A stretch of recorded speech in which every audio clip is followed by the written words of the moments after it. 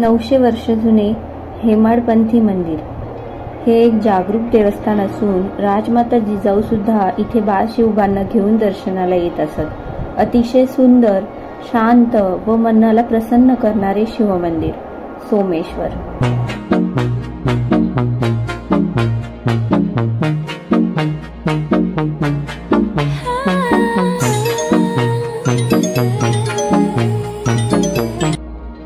नमस्कार मंडळी, आम्ही एक्सप्लोरर्स या आपल्या यूट्यूब चॅनलमध्ये आपले पुन्हा एकदा खूप खूप स्वागत। आज आपण चाललो आहोत पुण्यातील पाषाण परिसरातील एका जागृत मंदिरात, ज्याचं नाव आहे सोमेश्वर। मंदिराच्या बाहेरच खूप मोठी पार्किंग स्पेस आहे, जेणेकरून तुम्ही 2 व्हीलर किंवा 4 व्हीलर गाडीने इथे जाऊ शकता। हे मंदिर राम नदीच्या काठी वसलेले आहे। हे मंदिर 3.5 एकर जागेवर पसरलेले आहे। मंदिर परिसरात 40 फूट उंचीची दीपमाळ देखील आहे। इथे शिव मंदिरासोबतच गणपती बाप्पा, हनुमान व भैरवनाथांचे मंदिर आहेत। मंदिर परिसरात उंच झाडे तसेच सगळीकडे हिरवळ असल्यामुळे उन्हाळ्यातही इथे शीतलता जाणवते। चला तर मग आधी गणपती बाप्पाचे दर्शन घेऊया।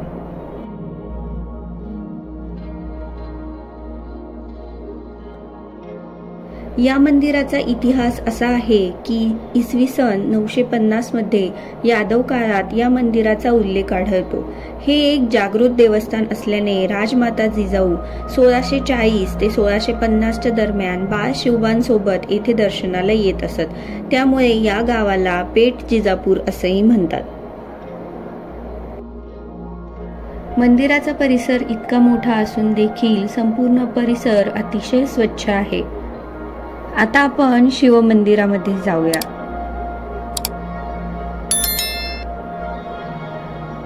शिव मंदिरामध्ये प्रवेश करताच आपल्याला वरील घुमटावर असे सुंदर नक्षीकाम केलेले दिसते, ज्यावर त्यांनी सर्व दिशांची माहिती देखील दिलेली आहे। ती सुद्धा अतिशय सुंदर पद्धतीने व्यक्त केलेली आहे।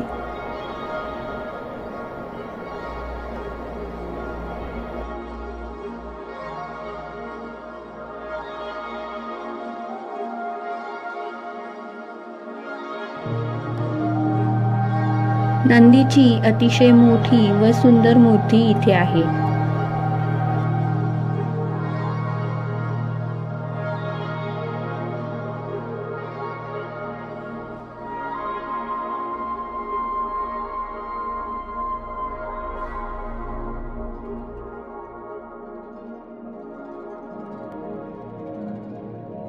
मंदिराच्या मुख्य गाभाऱ्यात आल्यानंतर आपल्याला या शिवलिंगाचे दर्शन होते। तसेच मुख्य गाभाऱ्यामध्ये आणखी एक शिवलिंग देखील आहे, ज्यावर आपण दुधाचा अभिषेक किंवा पाण्याचा अभिषेक करू शकतो।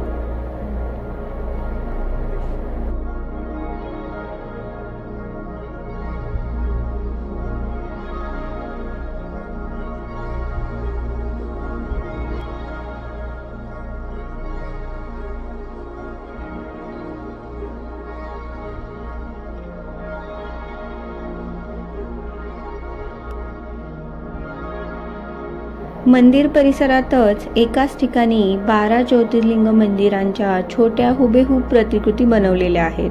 त्याही खूप सुंदर आहेत। या छोट्या प्रतिकृती बनवताना अगदी बारीक बारकावे अचूक साधलेले आहेत। त्याचबरोबर खऱ्या मंदिराच्या बाजूला काय आहे, जसे की समुद्र, झाडी, डोंगर, त्याचप्रमाणे आजूबाजूच्या परिसराचे चित्रण या मंदिराच्या प्रतिकृतीच्या मागे केलेले दिसते। जसे की इथेच पहा, इथे केदारनाथचे मंदिराची प्रतिकृती बनवलेली आहे आणि त्याच्याच पाठीमागे सगळे बर्फाच्या डोंगरांचे चित्र काढलेले आहे। असे चित्र आपल्याला प्रत्येक प्रतिकृतीच्या पाठीमागे पाहायला मिळते, जसे हुबेहूब खऱ्या मंदिराच्या पाठीमागे आहे।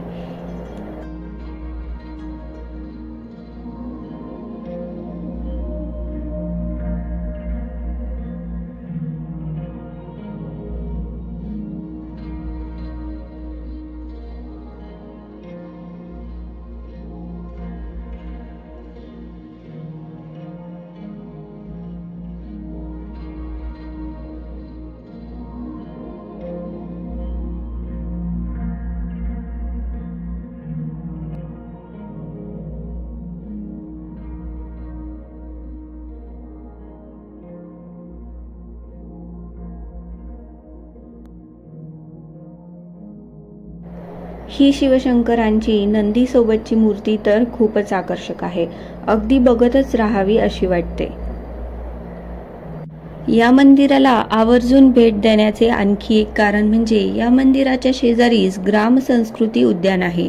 या मंदिराप्रमाणेच हे उद्यान देखील मस्ट विजिट आहे. यामध्ये जुन्या काळातील व्यवहार, रहनसहन यांची माहिती मूर्त्यांमधून तसेच फलकांतून दिलेली आहे. खास करून लहान मुलांना आपली संस्कृतीची ओळख करून देण्यासाठी इथे नक्की भेट द्या. तुम्हाला जर ग्राम संस्कृती उद्यानवर सेपरेट व्हिडिओ हवा असेल तर मला कमेंट बॉक्समध्ये नक्की सांगा. मी स्वतः या मंदिरात पहिल्यांदाच गेले असल्याने मला तर हे मंदिर प्रचंड आवडले आणि इथे गेल्यानंतर मनाला एक वेगळीच शांती लाभली. तर तुम्ही ह्या मंदिरामध्ये आधी गेलेले आहात का हे मला कमेंट बॉक्समध्ये नक्की सांगा. आणि गेलेले नसाल तर एकदा या सुंदर शांत मंदिराला नक्की भेट द्या. आणि जर व्हिडिओ आवडला असेल तर असे छान छान व्हिडिओ पाहण्यासाठी चॅनलला नक्की सबस्क्राईब करा. धन्यवाद.